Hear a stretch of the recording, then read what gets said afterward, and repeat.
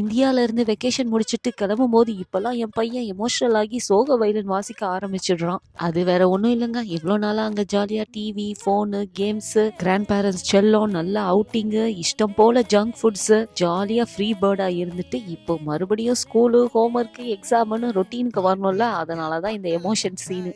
Singapore reach ஆனதும் நாளைக்கு உன்னை நெக்ஸ்ட் மால் கூட்டிட்டு போறேன்னு சொன்ன உடனே கண்ணை தொடச்சிட்டு நார்மல் ஆயிட்டான். அப்புறம் ஒரு வழியா சென்னையில ஃபிளைட் ஏறி சிங்கப்பூர் வீட்டுக்கு நல்லபடியா ரீச் ஆயிட்டோம். வந்த உடனே முதல் வேலையா கொண்டு வந்த லக்கேஜஸ் எல்லாம் பிரிச்சு திங்ஸ் எல்லாம் எடுத்து வச்சிருவேன். அப்புறம் இந்த பெரிய கூட சென்னையில வாங்கியிருந்தேன், இதை பெட்டிக்குள்ளேயும் வைக்க முடியல, கவர் ரேப் பண்ணவும் மறந்துட்டேன். எப்படிடா வரும் நினைச்சிட்டு இருந்தேன், ஆனா டேமேஜ் எதுவும் ஆகாம நல்லபடியா வந்துருச்சு. அப்புறம் எப்போதுமே ஒரு வீக்குக்கு தேவையான வெஜிடபிள்ஸும் கொஞ்சம் வாங்கிட்டு வந்துருவேன், ஏன்னா ஸ்டாலரை தள்ளிட்டு கடைக்கு போறதுக்கே கொஞ்சம் சோம்பேறியா இருக்கும். அதனாலதான் எல்லாத்தையும் எடுத்து ஃப்ரிட்ஜ்ல வச்சுட்டு இந்த முட்டை மிட்டாய் ஃப்ரெண்ட்ஸ் கொடுக்கறதுக்காக ஃபர்ஸ்ட் டைம் வாங்கிட்டு வந்திருந்தேன். நல்ல டபுள் பேக்கிங்லாம் பண்ணி சூப்பரா கொடுத்துருந்தாங்க. வீடியோ பிடிச்சிருந்தா லைக் பண்ணிட்டு நம்ம பேஜை ஃபாலோ பண்ணிக்கோங்க.